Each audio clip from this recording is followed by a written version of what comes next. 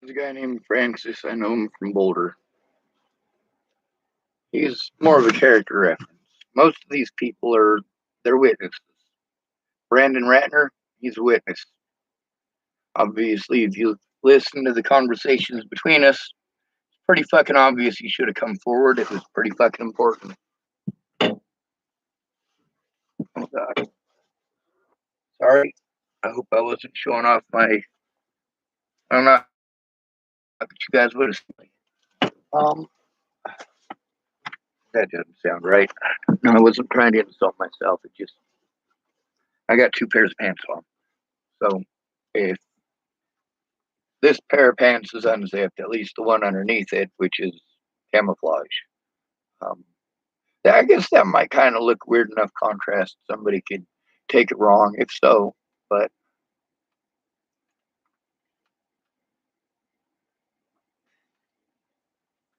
a lot of people did wrong shit just because they wanted to stay popular and remain popular and not have any problems where they're at. These people who want to say you shouldn't care what other people think, no, no, no, no, no, no, no. You all care what other people think. Every one of you. You don't want to be fucking judged. You don't want to go through this. Every one of you, especially the ones who say I shouldn't care what other people think, because they're the ones who care the most what other people think.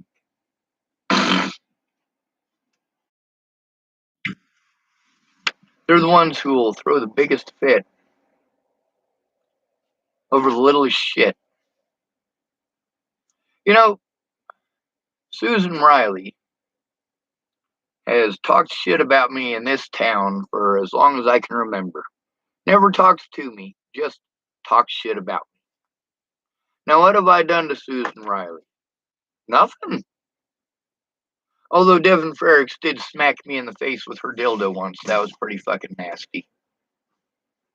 I did get him back, though. I taught him not to play ball tag with me.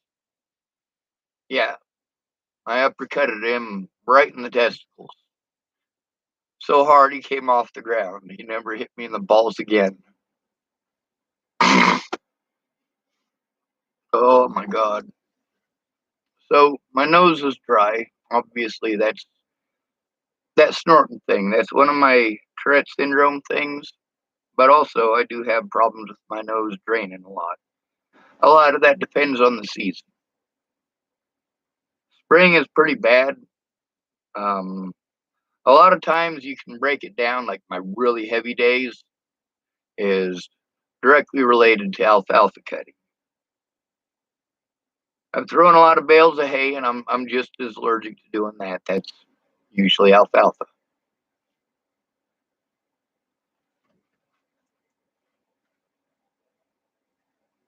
Uh,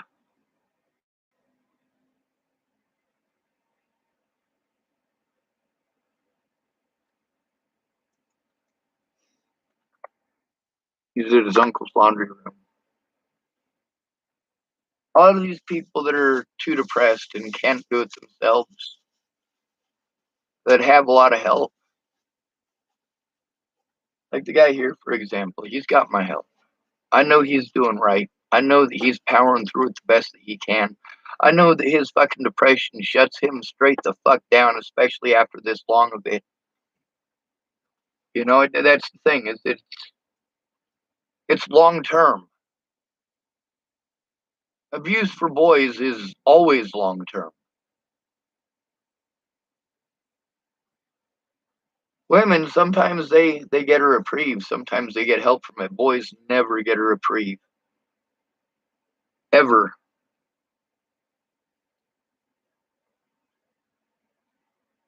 And we're supposed to feel bad for women. And the terrible thing is that we do.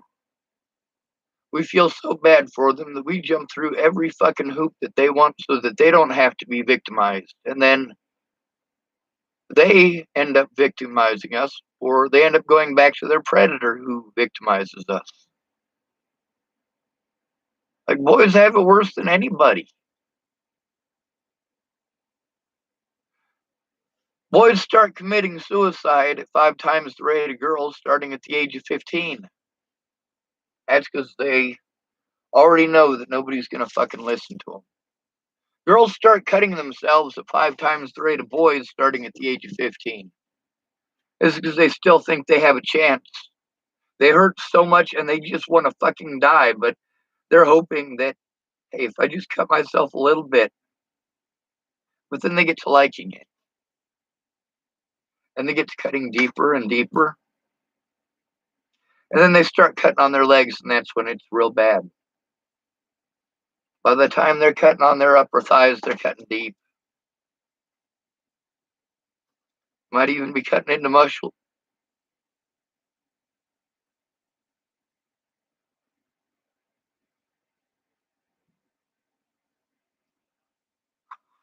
All right, I had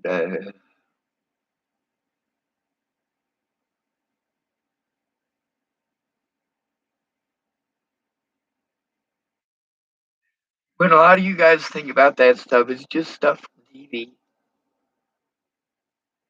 Like I think about the people I know that had those. Like when I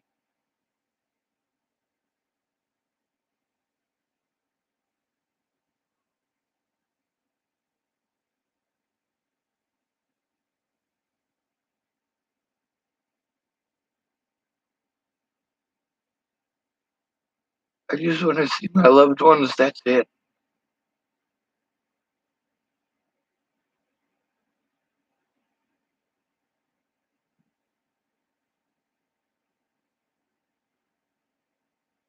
I would like to be able to see Miss Peaches. Be nice to be able to go down and see Brandon. Just hang out like we used to. Fuck, I liked hanging out with Brandon. Me and him got a lot in common. He likes helping people. I like helping people. He's been through hell. I've been through hell.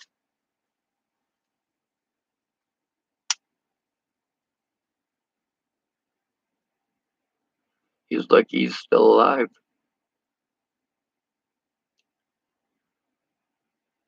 I'm not. Why is that? Because he has people who love him in person.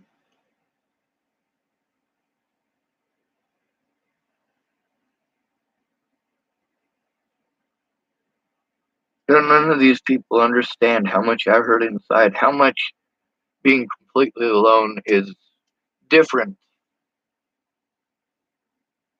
Your immediate family is the people that you live with. If you've lived with your roommates for 6 years and they're good roommates, sure you've had your arguments, but you still damn good roommates. You still get along. You still go do fun shit together. Yeah, that's your fucking family, homie. If you've had a fucking shit family before that, as in your family are child molesters, rapists, and drug dealers, you never had a family. So that roommate is your family.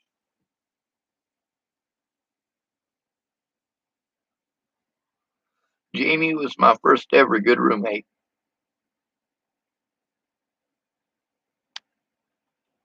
I consider Jamie Curtis and her son family because they are.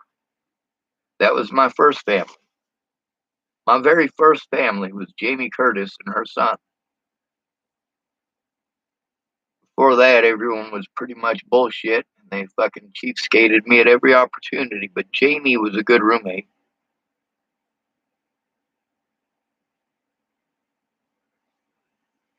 I actually had that place that I was trying to buy from Lan Engeline at the time, or actually rather from Sammy and Shelley.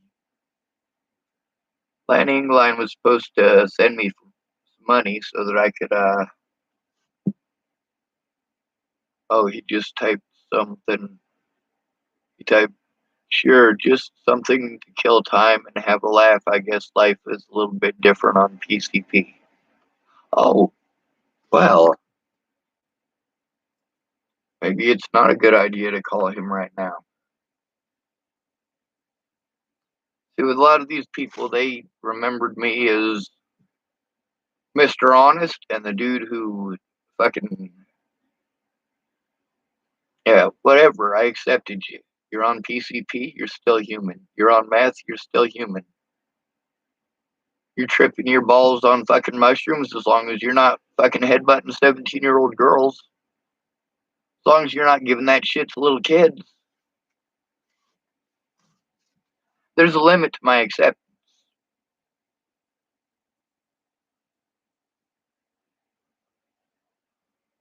I can accept that you're on drugs.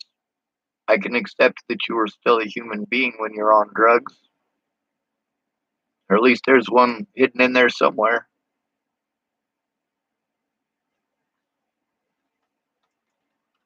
Fuck it. I'll give you guys a little bit of a taste of reality. KK, comma, sounds good to me.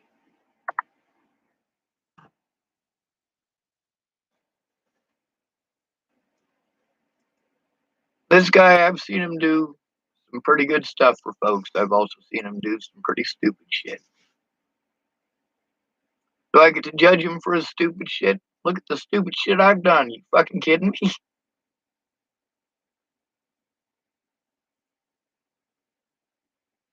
Colors, that also depends. There was a situation with a woman named Sam, who was very pretty, by the way, and a burn victim. And because Sam thought that burn victim looked like a child molester, he must be a child molester. Look at him. That's what she said. Maybe we'll see if Frankie remembers that night. I've seen my entire life how good looks and money can get you just about anything. If you broke and ugly, you don't mean shit. Having a penis makes it even worse. Shit rolls downhill. If your daddy's rich and he rapes you, or your daddy is middle class and he rapes you, or your daddy is poor and he rapes you, you're all going to take it out on the homeless. You were all taught from a very young age that you can get away with doing it to the homeless and to the disabled, especially if they're alone.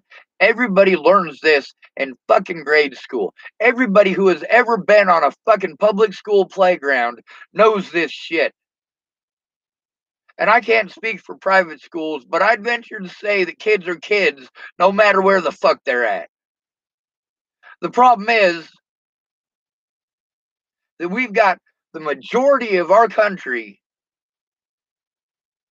full of geriatric fucking children. Our country is run by geriatric pedophiles. And I'm the crazy one. You guys are voting for these fucking people. You have a choice between two pedophiles, and you think that voting for either one is going to do any good for the world. You fucking dumbass.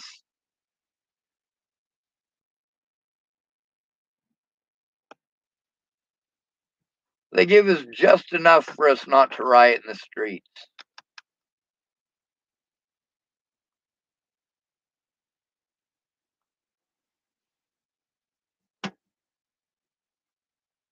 They don't give you the cure. They give you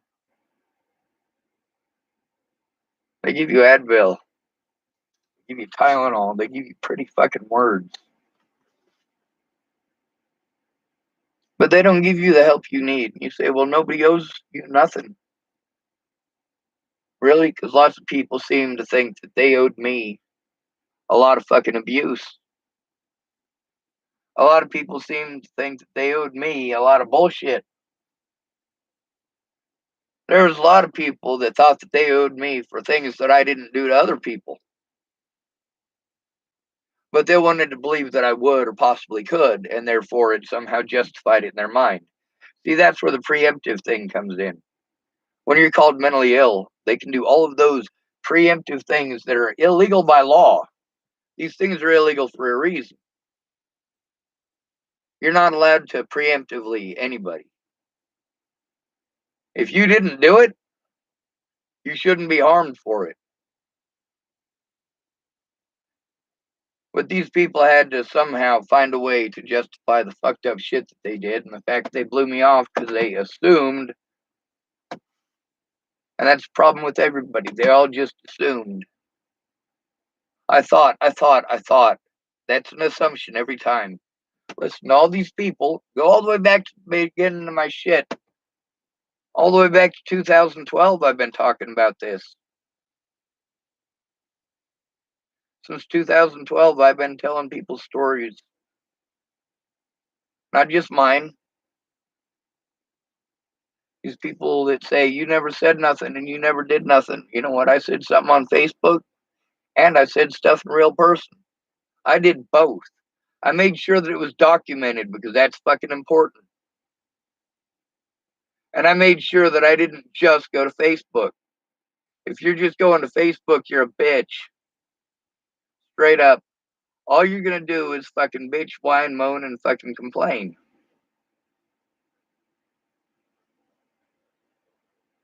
It's those of you who do something other than the empty promises and the I'm sorries that I'm really grateful for. I'm grateful for fucking all the shit that Miss Peaches did for me. The problem is that without her saying or admitting that she was trying to help in court,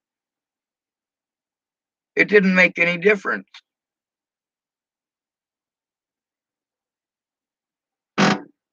See, these people all seem to have it in their head that after Natalie's killer was caught, that was the end of the victimization. No, them cops had their fucking hooks in, and they committed a lot of fucking crimes. You think they're just gonna let that go? You tell me, Sean, you just need to let it go. You need to let it go. No, my predators have access to harm me whenever they want. Not only that, but they have the ability to use slander in a place where it can be used to harm me repeatedly.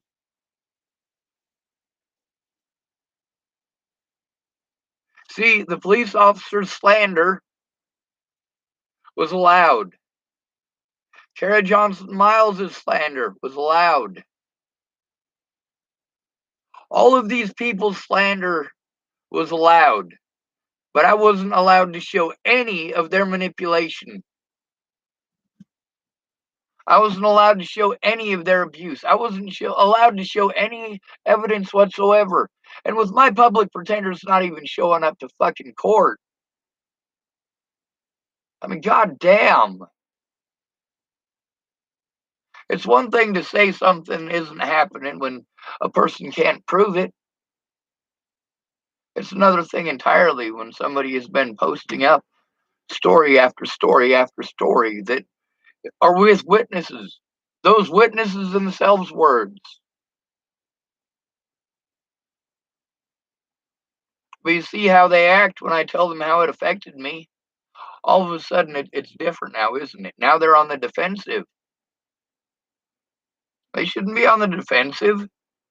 Just tell the fucking truth, bitch. It's not that goddamn complicated, is it? I mean, seriously, I had to literally fucking force myself to break the law.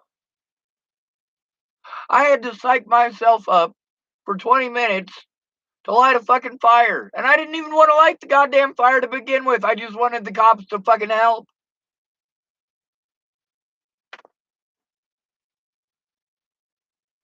I mean, all of this bullshit, all this abuse, all of that restricted number bullshit. You see what happens when I go in by myself? Oh, we can't do anything about it. Well, hold on a second here. You can't do anything about it, right? You can't do anything about it. Isn't it your fucking job to do something about it? Each and every one of these people that told me it's not their jobs, I recorded these people. I also recorded them telling me whose job it was. And then I got a hold of those people who said it wasn't their job. And I recorded those people. And I recorded them telling me whose job it was. So I called those people. And I recorded it. And they told me it's not their jobs. And I recorded them telling me whose job it is. I've got 4 years of this on my Facebook and my goddamn YouTube. And yeah, there's a lot of them where I'm pissed off. You look at the very beginning when I'm going through all of that hell. Right at the very beginning. When I was in Virginia. And all those people who claimed that they loved me were doing such fucked up shit. And I'm like, oh my God. What the fuck is wrong with these people? What the fuck is wrong with me taking this? What is wrong with me that I'm taking this fucking abuse from a bunch of assholes who I've been nothing but good to? A bunch of assholes who have repeatedly, through our history, done fucked up shit to me over and over again. And why do I keep going back? They're the only people that'll fucking have me. And it's probably because I'm easy to victimize.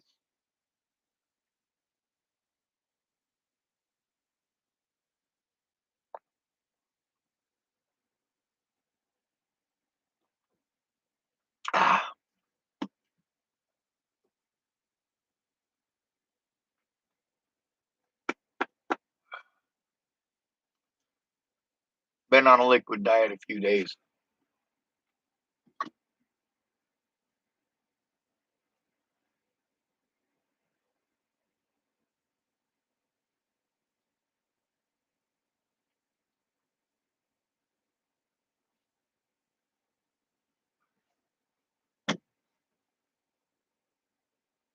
The police barred me from getting help. They abused their positions to make sure of that.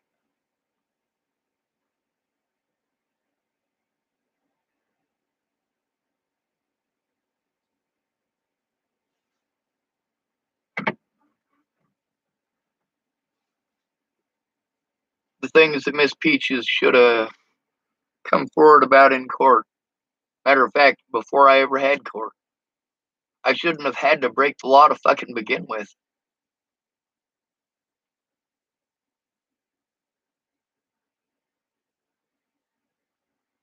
But I'm not their priority. I get that I'm not family.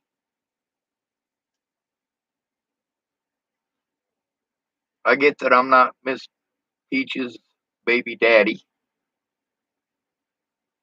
I get that I'm not Joshua Hebert, who can get whatever drugs you want whenever you want them for some odd fucking reason.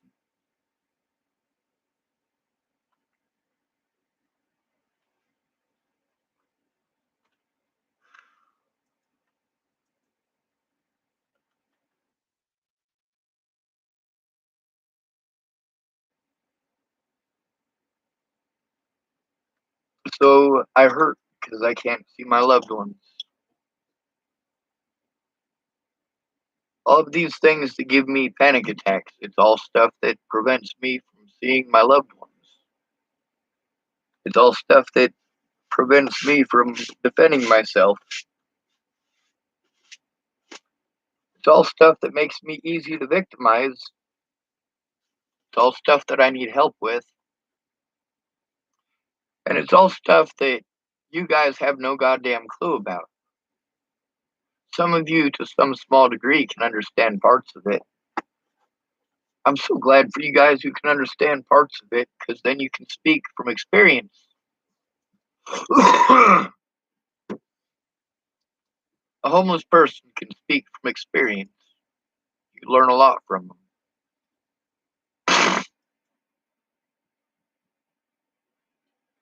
Their experiences are going to be different from yours. The ideas that you have, they're not the same, are you? Those of you who are carpenters, did you know everything there was to know about carpentry the day you started?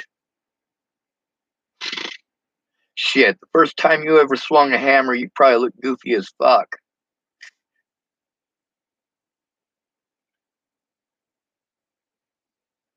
Those of you who are welders, how many of you didn't spatter on the first shot? How many of you didn't overheat a rod or two when you first began?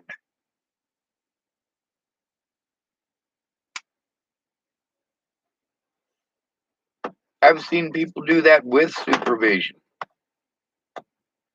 When I first started learning how to weld, I did it with a homemade welder that was made out of an old Lincoln welder box. I made that thing by myself based off the wiring diagram that was inside of it. And the very first place I ever used it was down at Gary Jeffson's shop.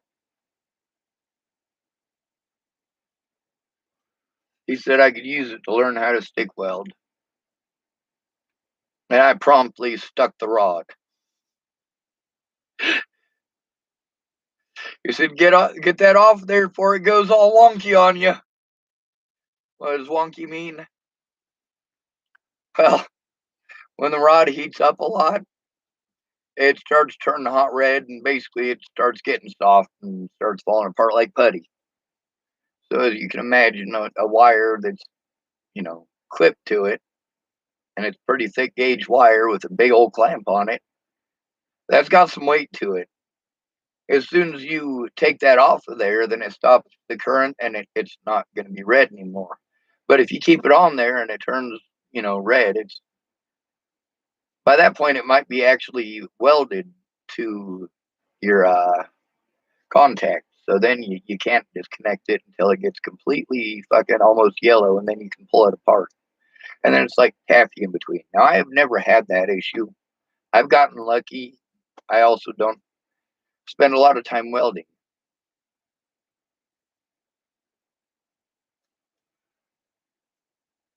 I would believe somebody who was telling me about welding who had only welded a couple of times, and probably 90% of what they're saying is bullshit or stuff that they just didn't remember correctly or that they're assuming. But I would believe them about welding before I could believe somebody who had never touched a welder. That's because one of them has hands-on experience. Now, between somebody who's been a welder for 20 years and somebody who's only welded a couple of times, you probably shouldn't listen to me when I say something about welding.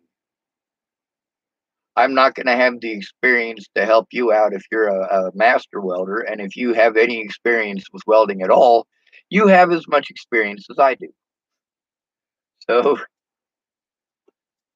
we're about an even playing field in that scenario.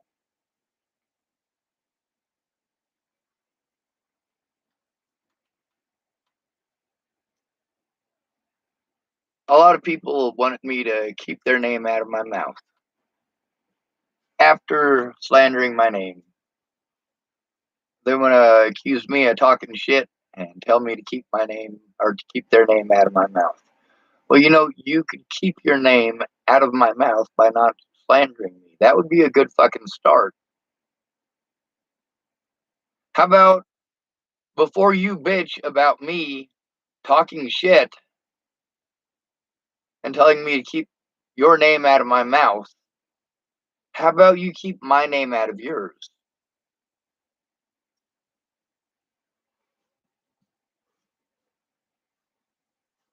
That doesn't seem that complicated, does it? See, and with all these people who did these things, I asked them, hey, could you help me put a stop to this?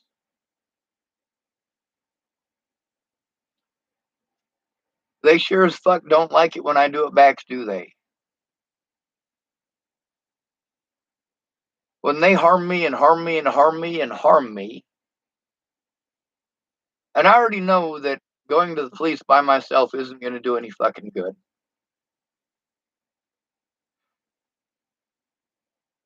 And I'm still trying to go to the fucking police. That should really fucking say something. I mean, that right there should say something.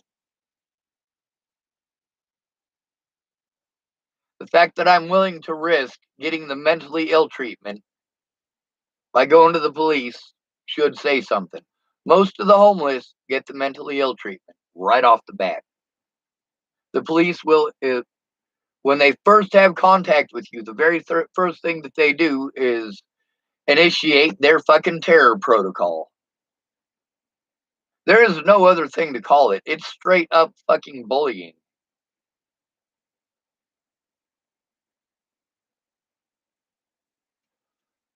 And that's America.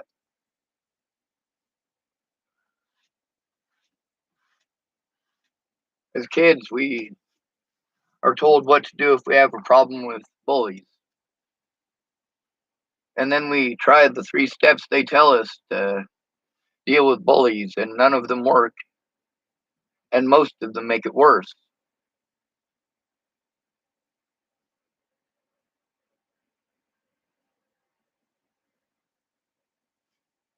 They say that you should go to your bully. And if your bullies are because of a rumor, go to the source of that rumor and tell them how you feel. But what happens when you do that? You fucking fag, you fucking snowflake, you're such a fucking pussy. Oh, did I hurt your feelings? Wah! Wah! Well, fucking thank you very much, asshole. So then you're supposed to go to a teacher or a preacher or a cop or your parents. Well, first of all, the preacher or your parents or a cop or a teacher might actually be your predator. Look at how many teachers, preachers, and cops are getting busted. And I want you to take a look at my scenario and how difficult it was to get them busted, and how many people had to work together to bust those people for those crimes. But with me, they just don't care because I was painted as the predator, not the victim. Painted as the predator. I mean, I'm literally screaming at the top of my lungs for help, and people are giving me every fucking excuse why they can't. They're telling me that they're gonna. And then I invest my time and resources into believing them because somebody has to speak up for me. I'm not allowed. You tell me to go to these different government agencies, and I tell you, if you don't go in with me, they're gonna blow me off. And look at the tactics and the excuses that they use to blow me off. It's exactly the shit that I fucking told you they would.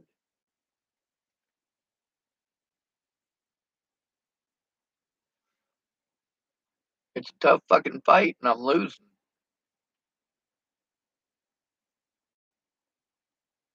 Keep your name out of my mouth, Sean. Or keep my name out of your mouth, Sean. Like, how about you keep your name out of my mouth? Maybe if you show up in fucking court, maybe if you write a police report, maybe if you include why I'm such a fucking asshole. But no, each one of these people wants to omit the parts where they fucked up, and where they fucked up was fucking big. The problem with a lot of these people is that, well, the parts where they lied, those lies are on my YouTube, coming out of their mouths for everyone to hear. But do they want to hear it?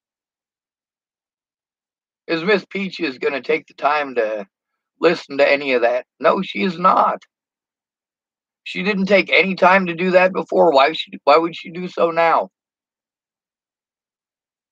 Between listening to the conversations between me and Tabby that show that yes, I did fucking pay. And yes, Joshua Eichelberger was a fucking piece of shit. He was an alcoholic asshole. And he wasn't abusive to me. He was abusive to everybody else in that fucking household.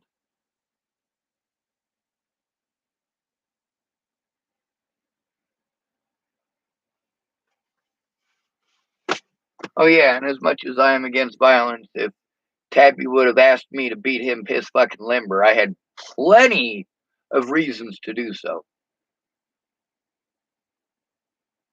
And it probably wouldn't have taken much to get him to swing at me.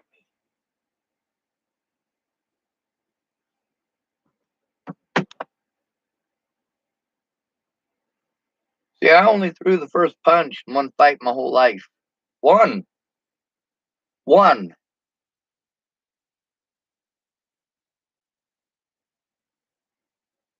I was up in Washington State,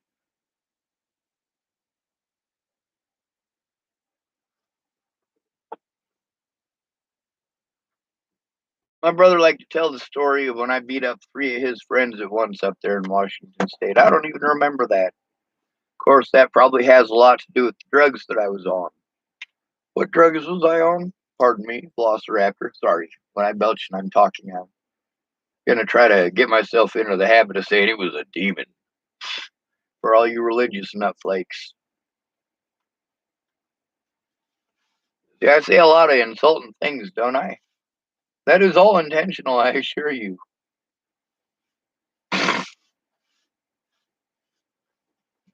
However, a lot of the stuff that you take as insulting is just me being honest. So if you can't tell the difference, that is not my fault. I'm just putting that out there.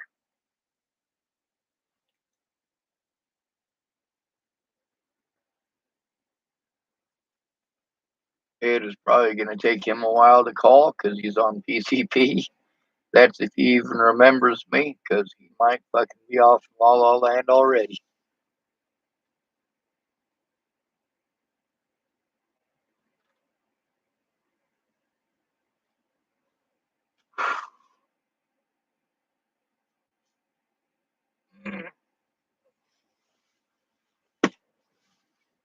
George's conversation on here, he was just one of many witnesses to the abuse that I had to endure at the hands of the guards in the Boulder County Jail. The conversation with him is here on YouTube.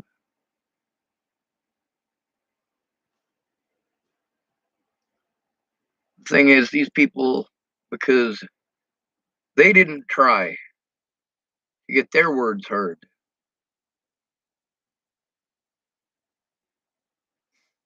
That's the fucked up thing, is that no matter what, I wasn't allowed to speak. And I'm trying to explain to all these people what that's like, but they all get to speak. They all get to have situations and scenarios that they can walk away from, and that is great. Every time that I could walk away from abuse, I did.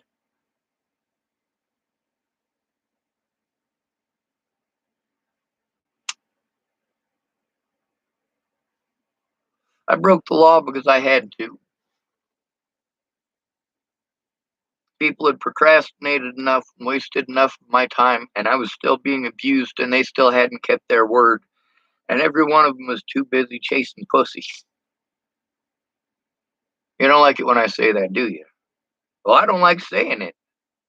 I don't like fucking saying it.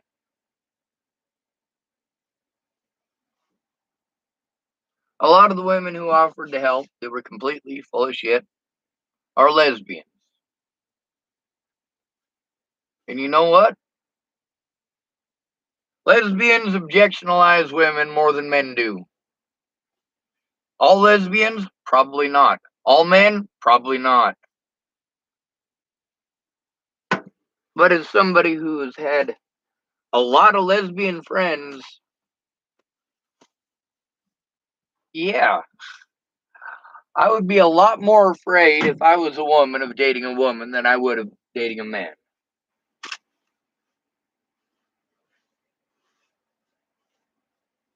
Women in this country are taught to do some very fucking vindictive shit.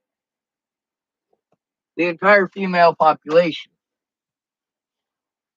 And like I've been explaining all along, that all starts at a very young age.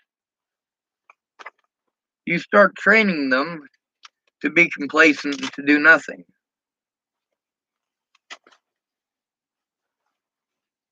You start telling them one thing and then doing another.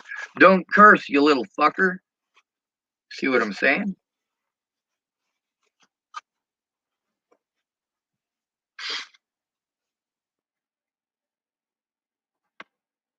And then your kids grow up to be just like you. You're hoping that the next generation will do what it is that you are too cowardly to do because you told them different than you learned growing up. But when you learned growing up, you learned both the verbal excuses and the physical actions. All of the things that you're doing are the things that you grew up with. And as a result, those are the things that your children are growing up with. And as a result, If your kids are as big of pussies as you are, their kids will have to go through the same goddamn thing. I'm sorry you're training your kids to be pussies by calling everybody a pussy who defends themselves. It's not my fault. I'm sorry that you guys want to use terminology like that and be rude and inconsiderate and rude and inconsiderate. Did you hear that? Rude and inconsiderate. A lot of people don't like my curse words because they're rude and inconsiderate. Shit, I took all my curse words directly from my fucking predators. You don't like them? Neither do I. Why do you do it, Sean? To show you. You don't fucking like it when I do it from across the fucking computer screen and I gotta deal with people abusing me in real life. Holy hell.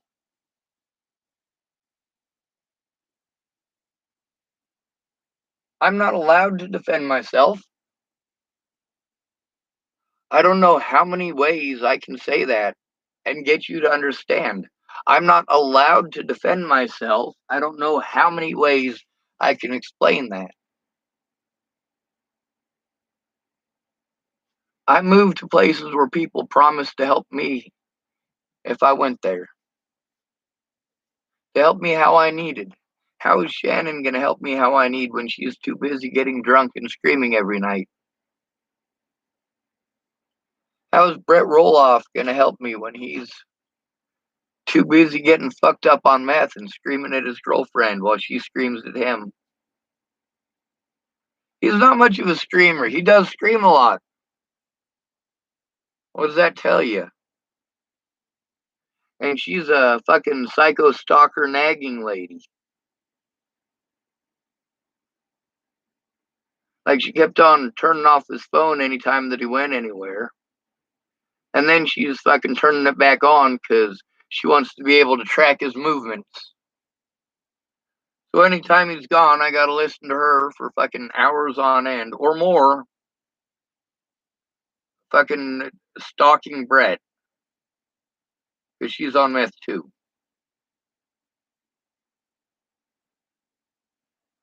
And I'm like, Jesus, I would have liked to.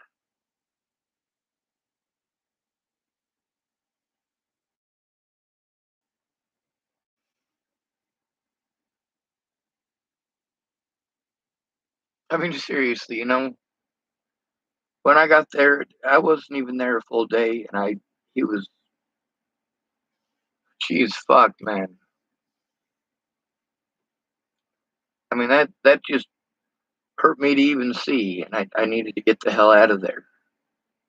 I needed to find a safe place quick. I mean, Brandon Ratner paid for that ticket. He paid for that ticket for me to go from California at Shannon Alvarado's, where her and Rick McCormick did exactly what I said they were going to do. See, if we go back and we look at my videos from that period of time, the things that I said and the things that she said, and then you see what actually happened after she had said that and I had said what I'd said, I was the one who was right. And Brandon Ratner paid for that ticket for me to go from there to Bristol, Virginia, so I could go see Brett and try to get his help. Fucking poor Brandon.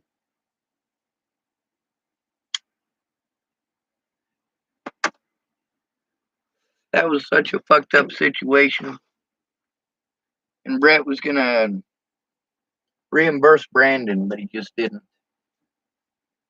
So I fucking did my best. I accumulated some debt because I didn't have a fucking income. And a lot of these people, they told me, hey man, you don't gotta pay me back. I'm like, all these people are paying for this shit that I need their help in other places.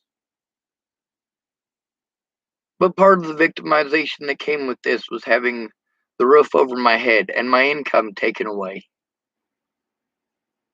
Because I was accused of a crime I didn't commit. I was made a target by the media, by the police, by web sleuth groups like Heavy D. which that woman, her name was Jennifer Dejowski. She went to work for Nancy Grace later on. Holy fuck. Knowing that woman works for Nancy Grace really, well, it drops a lot of points of credibility for Nancy Grace. That's for goddamn sure. And we got to talk about Sword and Scale. I listened to them Sword and Scale podcasts on here while I was in Cheyenne, Wyoming, being victimized the fuck out of. That's what it's like being homeless. It's victimization and then more victimization.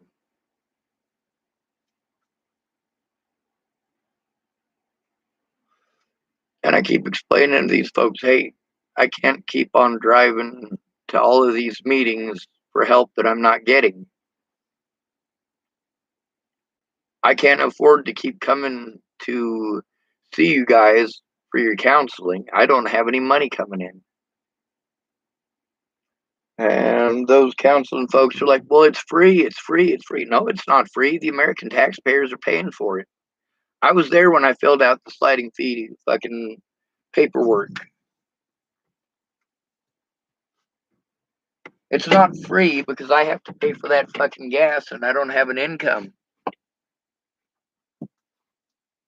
Maggie Scott. Maggie Scott is the only reason I was able to have a safe place where I didn't have to worry about being victimized by the fucking cops. The cops exist to harass the homeless. That is job number one for every cop everywhere in America.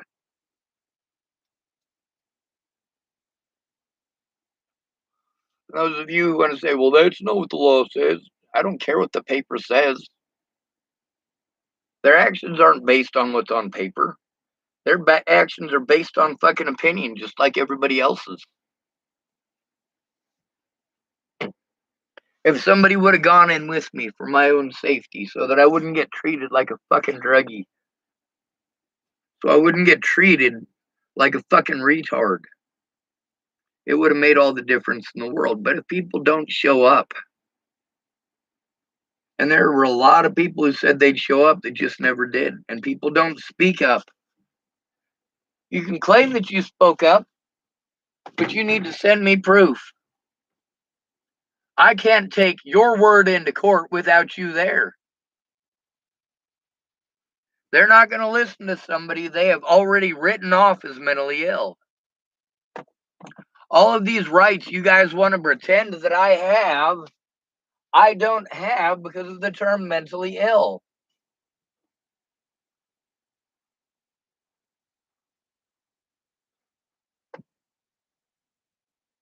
It's not my fault these folks are too much cowards to stand up.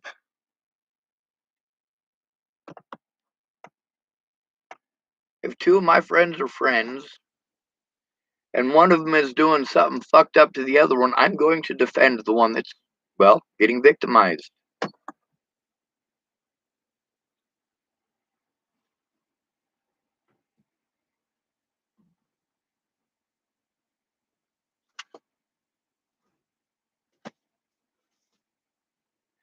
If you stole your husband's stuff and sold it so you could get some methamphetamines and he don't even know you're on fucking meth, don't tell me that you're on meth. That's a friend of mine and you're stealing his shit.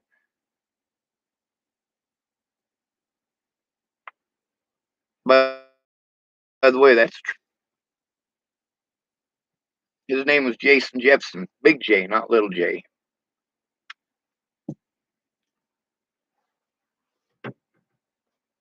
I recorded a lot of fucking people, folks. I didn't just tell true stories. I spent the last couple of years collecting those stories from the actual witnesses.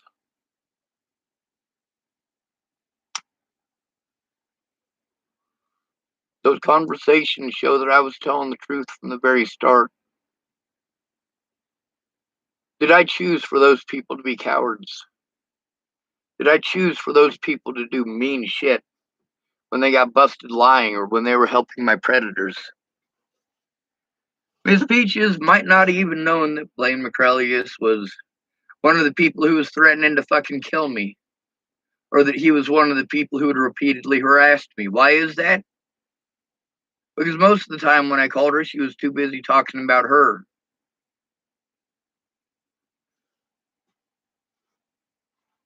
In a lot of cases, people were telling me their reasons why they couldn't go into court, why they couldn't speak up. For most of them, it's that they were too fucking broke. Most of them, they were pissed off because when they didn't do anything to help, they wanted to throw it in my face that they'd spent money. Like, hey, you wouldn't have had to spend any money if you'd have just told the fucking truth to begin with. The money wasn't the important part.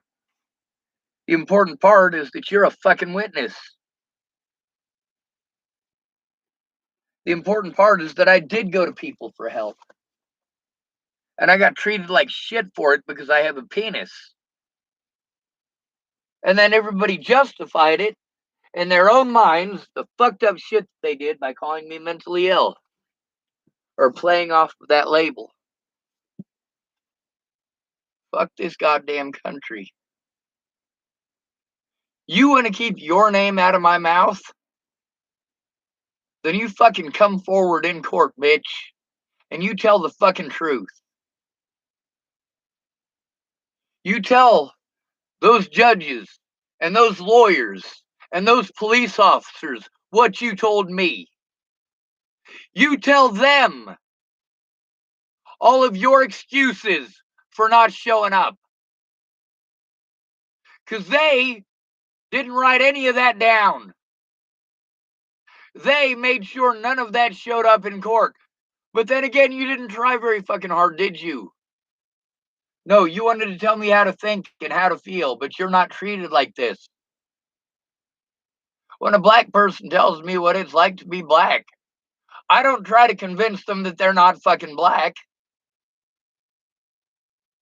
And I don't try to convince them that they're not being fucking victimized. I don't try to convince them that it's all okay.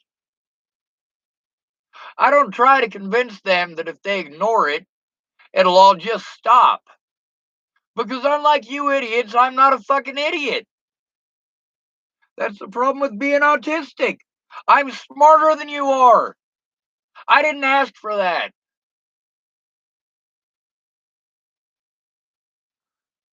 One of the most bullied attributes in this country is intelligence. You people are fucking relentless to intelligent people. You're relentless to the homeless people. You're relentless to the disabled, and then you bitch about your piddly shit. You can keep your name out of my mouth by keeping your fucking word. You can keep your name out of my mouth by not playing victim when you're the one that did something fucked up.